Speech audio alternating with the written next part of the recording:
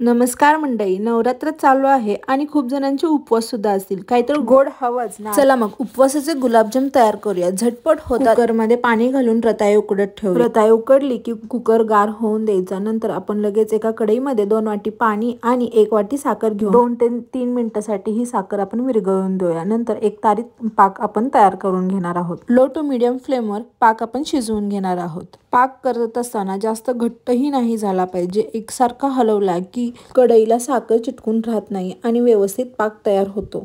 इथे 1 तारी पाक तयार झालेला आहे. आता कुकर सुद्धा गार झालेला आहे. रताळ्याचे सगळ्या साली एकसारखे आपण काढून घेणार आहोत. रताळ्याला बिलकुलही साल ठेवायची नाही, नाहीतर कडवट लागण्याची शक्यता असते. सगळ्या साली एकसारखे काढून घेऊया. साल काढून झाल्यानंतर अर्धी वाटी मी मिल्क पावडर घातलेले आहे आणि आता हे एकसारखं मळून घेऊया.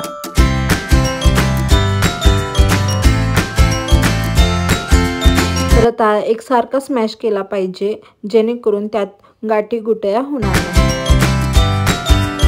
मी अजून एक चमचा मिल्क पावडर घेतलेला आहे. ताटाला लागलेलं सगळं पीठ पुसून घेऊन एकसारखं मळत आहे. पीठ व्यवस्थित मळून झालेलं आहे. आता आपण ह्याचे छोटे छोटे गुलाबजाम तयार करणार आहोत. तुम्हाला जशा आकाराचे गुलाबजाम हवे आहेत त्या आकाराने तुम्ही तयार करू शकता. खव्यासारखं अजिबातही ह्याला जास्त चोळून गोळा तयार करायला लागत नाही. झटकीपट होतं आणि त्याला बिलकुलही चीर पडत नाही. कढईत तेल गरम करत ठेवूया. लो टू मीडियम फ्लेमवर सगळे गुलाबजाम तळून घेऊया आणि एकसारखे हलवले की कढईला चिटकत सुद्धा नाहीत आणि व्यवस्थित कलर येतो. पाहू शकता तेलात टाकताच गुलाबजाम छान उमलत आहेत.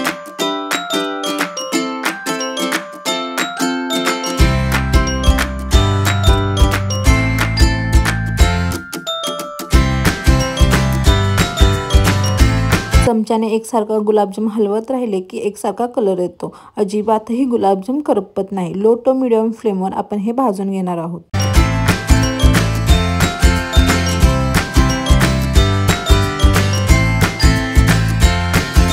पाहू शकता गुलाबजामला एकसारखा कलर आलेला आहे. आता आपण हे कढईतून काढून घेणार आहोत. बिलकुलही याला तेल राहत नाही. सगळे गुलाबजाम एकसारखे तळले गेलेले आहेत. आता लगेच हे आपण पाकात घालून घेणार आहोत आणि लगेच दुसरी बॅच आपण तळून घेऊया.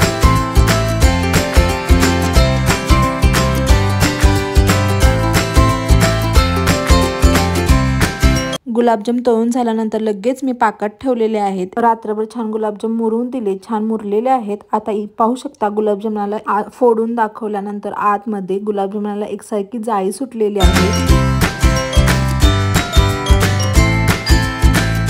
चवीला जसे खव्याचे गुलाबजाम लागतात तसेच परफेक्ट रताळ्याचे सुद्धा गुलाबजाम लागतात. नक्की ट्राय करून पहा. रेसिपी कशी वाटली नक्की कमेंटमध्ये सांगा.